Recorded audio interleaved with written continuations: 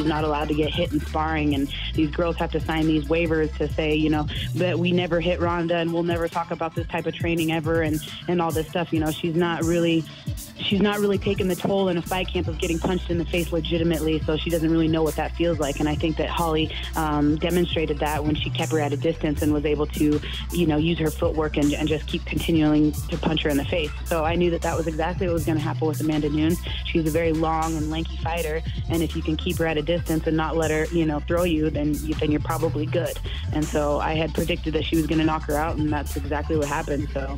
Well, that makes a lot of sense. How long have they had to sign these waivers? Is that a new thing, or is that one of those things where she just didn't like being hit? I just think that it's one of those things where it's like you got to protect the fighter and make sure that she doesn't get hurt before the fight, you know, and they want to, you know, she's a superstar, and they don't want to see her get any damage. So it's like whenever the girls would go hard on her, whenever they'd come forward and start, you know, banging it out on her, they tell them, hey, knock it off, you know, stop it, don't hit her so hard, and then sign this waiver and say that you were never here and that you never punched her, and don't ever talk about how well you did in training and stuff like that, because you have to sign on this dotted line or else we'll sue you for $1 million.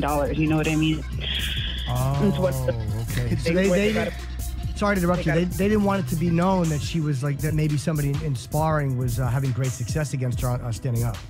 Correct. I think that they're just trying to make sure that they keep her as an untarnished, you know, unbeatable force, and so they don't want anything leaking out the fact that, you know, she got lit up in sparring. Yeah, well, I just think, you know, I'm not trying to say that you need to go get your brains beat in every single day, live spar every single day, you know what I mean? But you definitely need a live look, and you have to go live and hit those real shots in order to be prepared for that, you know?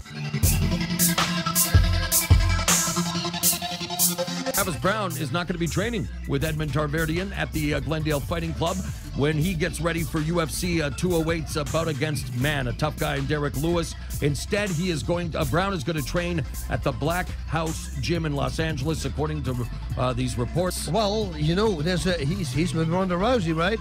So, okay, the conspiracy theorist, let's say that, could say, if he leaves that camp, that kind of means that Ronda's going to hang it up.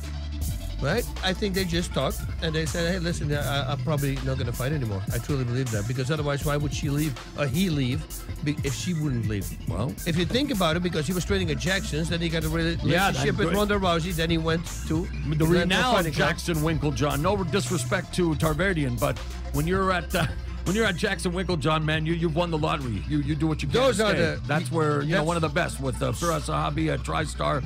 Well, Rothwell said in interviews that the reason that Browne left was mainly, quote, a financial thing, and that he switched camps and found a sugar mama, as Rothwell puts it. Man, it's Browne hasn't yet said anything on the decision and whether or not it is connected to other issues involving Tarverdyan, who again is the trainer for Ronda Rousey, and we haven't heard much from Rousey since she was humbled by Amanda Nunes. Her future still very much up in the air.